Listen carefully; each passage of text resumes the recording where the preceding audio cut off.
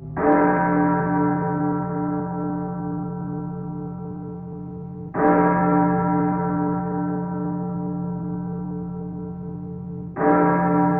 night, when the lights have gone out on Huguenot Street, a strange man appears in the shadows. Cloaked in black, he treads alone through the village, a sharpened axe gripped tightly in his hand. Nocturnal creatures out hunting for prey flee at the sound of his cloak dragging through the underbrush.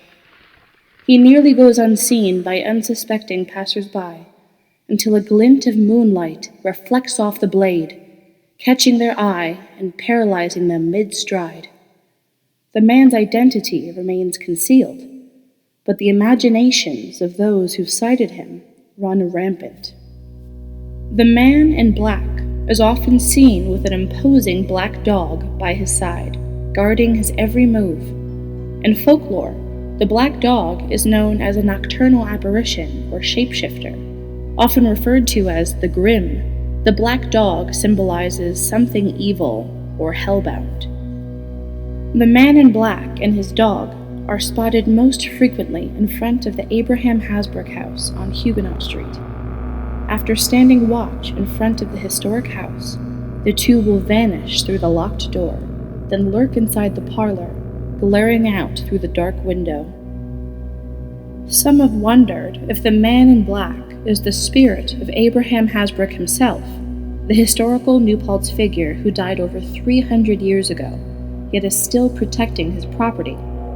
However, it's more likely that the legend of the man in black and his grim companion are tied to a real tragic event that happened in the village 50 years ago.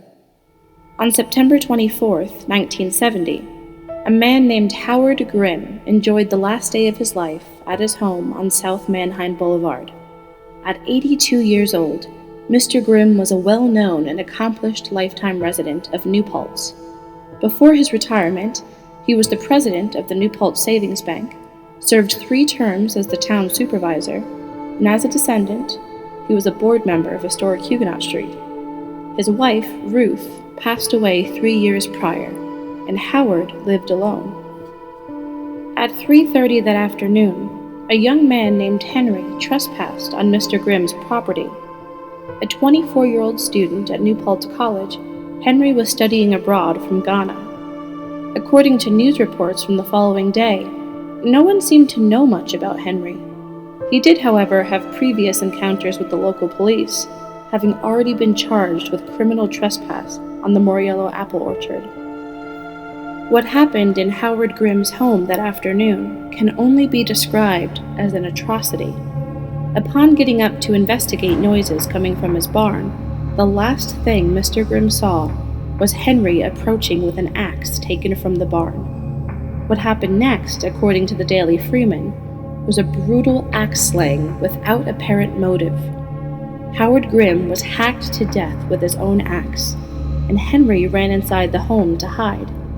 An hour later, Henry was found and taken into custody. There was no evidence that he was under the influence of narcotics or that he had any connection to Grimm. Without surprise, the town lost its mind over the news.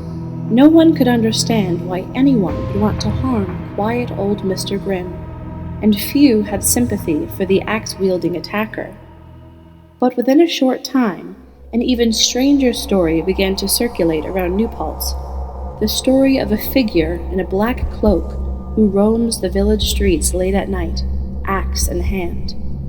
Sometimes the most chilling legends are born from true events that were too disturbing to fathom at the time. So the next time you see a mysterious figure lurking in the shadows on Huguenot Street, be prepared for something grim.